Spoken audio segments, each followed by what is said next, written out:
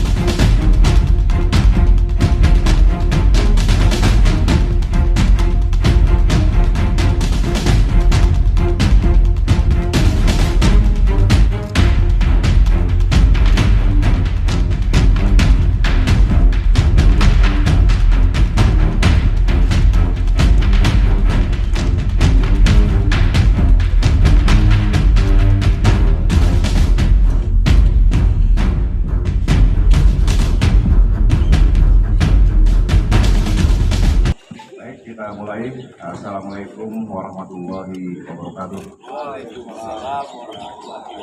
Selamat pagi, salam sejahtera untuk kita semua. Salam, Om Swastiastu, Namo Buddhaya, Salam Kebajikan. Yang saya hormati para pejabat utama Polda Sulawesi Selatan, yang saya hormati tuan rumah, ini Dirut Reskrimum Kota, dan yang saya hormati para rekan-rekan media. Pada kesempatan ini saya akan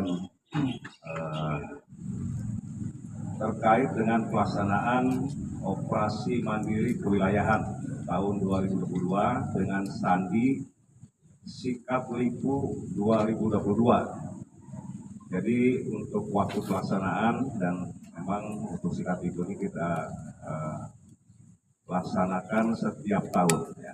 Kita laksanakan setiap tahun dan memang waktunya terbatas, itu sekitar 20 hari. Untuk tahun ini kami mulai dari tanggal 11 Agustus sampai dengan tanggal 30 Agustus 2022. Kemudian operasi Sikap Lipu ini sebagai langkah, ya, langkah Polri, khususnya Polda Sulawesi Selatan, untuk menekan angka kejahatan, utamanya pencurian dengan kekerasan, kemudian pencurian dengan pemberatan, serta pencurian kendaraan bermotor di daerah Sulawesi Selatan ini, yang memang beberapa waktu yang lalu dan akhir ini masih cukup mendominasi beberapa kejadian di samping kasus narkoba. Kemudian sasaran operasi, ya, terkait sasaran operasi yaitu meliputi pelaku curanmor, pelaku curas, pelaku curat, juga penadah atau pembeli hasil kejahatan curanmor, dan oknum petugas ataupun backing pelaku curanmor, curas, dan curat. Jadi dalam hal ini saya selalu menekankan jangan main-main, ya, untuk internal sendiri. Ya. Kami akan melakukan hal yang sama, tindakan tegas, ya, dan keras kepada anggota yang menjadi backing. Tetapi alhamdulillah bahwa selama pelaksanaan operasi dan hasil daripada penyidikan, tidak ada para pelaku yang menyampaikan bahwa mereka ada kerjasama dengan anggota. Kemudian data kasus memang kalau saya lihat cukup tinggi, ya. Kemudian barang bukti memang cukup banyak yang kita amankan ataupun kita sita. Untuk roda 4 ataupun mobil itu ada 9 kendaraan. Kemudian sepeda motor ada 60 sepeda motor. Jam tangan ini saya sampaikan beberapa saja. Jam tangan 12, gelang emas 19, handphone, ya, 128. Kemudian tabung gas ada 17, kartu ATM, ya, ada 7, kemudian uang tunai itu sebesar 65.239.000, ya. Itu beberapa barang bukti yang cukup banyak. Kemudian modus operandi, ya, untuk curas, modus operandi yang selama ini mayoritas mereka lakukan adalah mengancam korban dengan menggunakan senjata tajam. Kemudian untuk curat itu merusak pintu ataupun jendela, ya, mereka merusak pintu atau jendela. Sedangkan untuk curanmor itu merusak kunci sepeda motor ataupun mobil dengan menggunakan obeng atau kunci T, ya. Itu beberapa modus operandi. Kemudian kalau kita lihat dari pekerjaan tersangka, ini mayoritas mereka ini tidak ada pekerjaan, pengangguran, ya. Pengangguran ini sebesar 139 tersangka. Buruh ada 30 tersangka. Pelajar 12 tersangka. Kemudian wira swasta, ya, sesuai KTP mereka menyatakan wira swasta, ini sekitar 27 tersangka. Kemudian pemulung 8 tersangka. Kemudian petani ini ada 23 tersangka.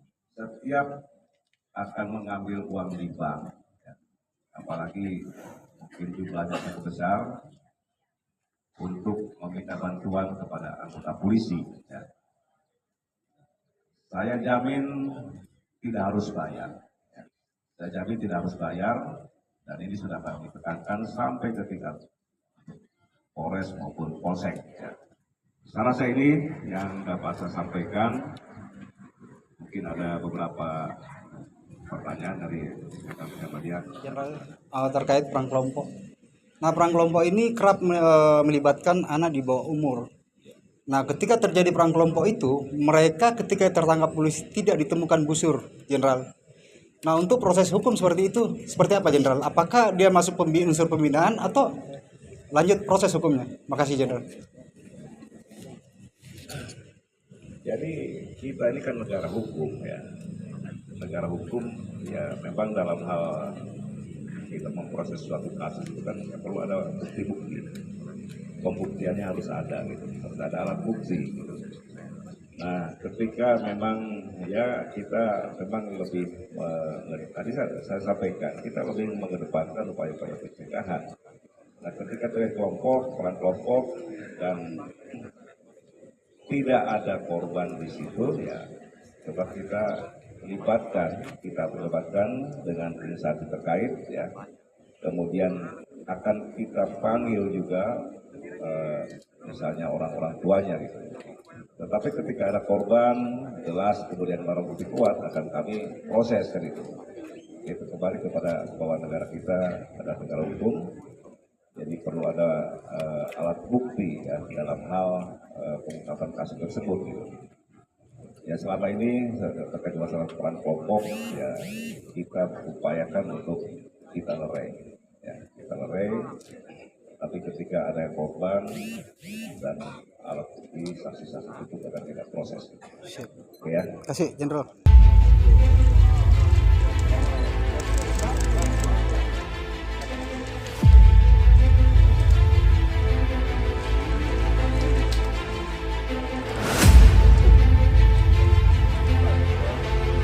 Ya.